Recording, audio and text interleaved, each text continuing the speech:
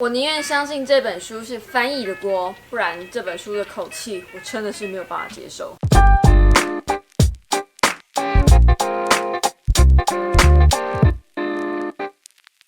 Hello guys， 我是内克乌喵，欢迎回来我的说书时间。我每个月1号在 IG 上都会有一个猫仙姑有问必答的活动，字面上的意思就是不管你问什么我都会回答。每个月必定会出现的问题就是要怎么样建立自信心。刚好这个月收到这一本那些伤人的话都不是真的，可以借着这本书来分享一些关于自信心的小常识。要了解自信心是怎么样建立的，就要先了解为什么这玩意儿会崩塌。从小我们认识社会的方式都是借着别人告诉我们，顺便借此建立我们自我认知的价值观。不管是教育体制也好，新闻媒体也好，原生家庭也好，跟偶像明星塑造审美价值观，意见领袖带领的风潮等等，每个人都有自己的一套标准法则，所以要不在乎别人给自己的意见，那根本是违背人性。这个过程中可能会受到一些小创伤，像是你变得好胖，长得不好看，真的很不会做人耶，感觉我们就像是别人眼中的鱼肉，称斤论两的放在站板上任人宰割。我们都知道不要活在别人的价值观底下，但是又不得不去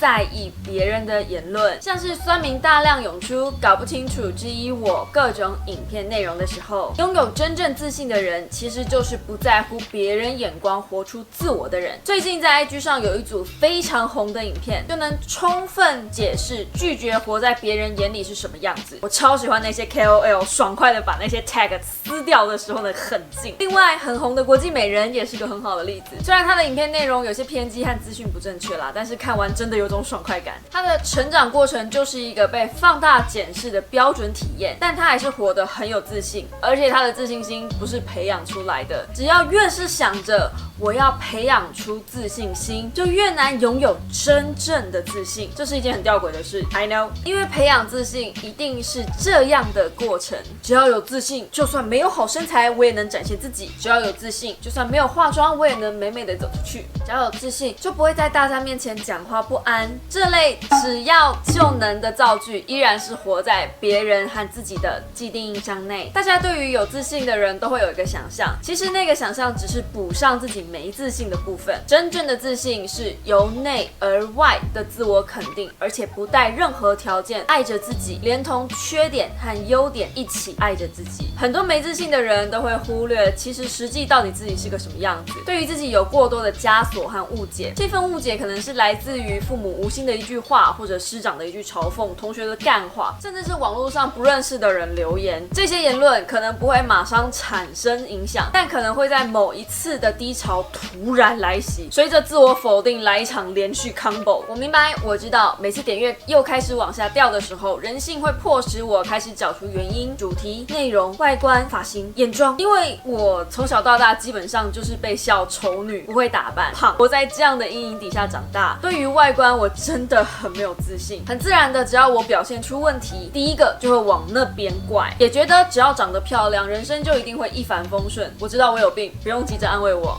但是随着一本本的阅读，我知道自己在这方面的毛病，即使我现在又病发，我也知道要跟自己说，那只是你的偏执又发作了。在网络上留言的酸民们，很多只是把自己的价值观建立在别人身上，借着打字发泄自己的情绪，更多是他们根本也不知道自己做错了什么。书中就直接写出，这些爱批评别人的人，其实自己就很有毛病。我们应该要用体谅、包容的心情看待这些言论。翻成 Neko 乌喵式的白话就是，以他们的智商学狗叫已经是极限了。基本上这本书大致的内容我已经讲完了，书中有些举例我可能没有细细说明，但是认真说，这本书我自己是比较没有那么喜欢，主要是作者的口气一直都是很直接的切入，很有上往下指导的感觉，看起来有一点不舒服，像是叫忧郁症的人不要忧郁啊，没自信的人就换个方式思考啊。很多时候不见得暴饮暴食，就是因为压力啊。太多时时候都太强势主观。第二个我不喜欢的地方是这本书有点鬼打墙，重复的概念一直不断提及，不免有点灌水嫌疑。但也是因为这样，我阅读速度超快，看了10页感觉像在看第1页。观念上很简单好懂，有可能是我现在没有办法理解病患的情绪，在真的很没有自信以及彷徨的状态下，什么书文字都看不进去的状况，反复提及一个简单的论述可能是必要的。这一点我不是专业，所以我不好做什么多余的评论，但我确定推荐给普罗大众，这本书真的太简单，比起我之前推荐的管他的越在意越不开心，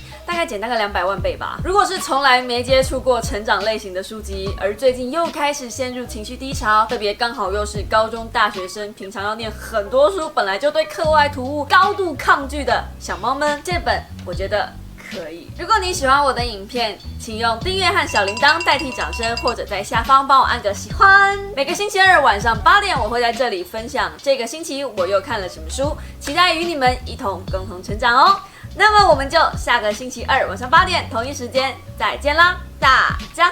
拜拜。如果满分10分的话，我可能会给这本书6分，因为他想讲的东西，我觉得是必要让大家知道的。可是因为他的写法，我有点没有那么的喜欢。反而这方面的书籍，我其实比较喜欢看欧美国家的人写的书。我的毒药可能是你的蜜糖 ，perhaps 你还是可以去书局翻翻看。对了，记得加入我的 IG， 每个月1号我会在上面回复大家问题哟。加起来！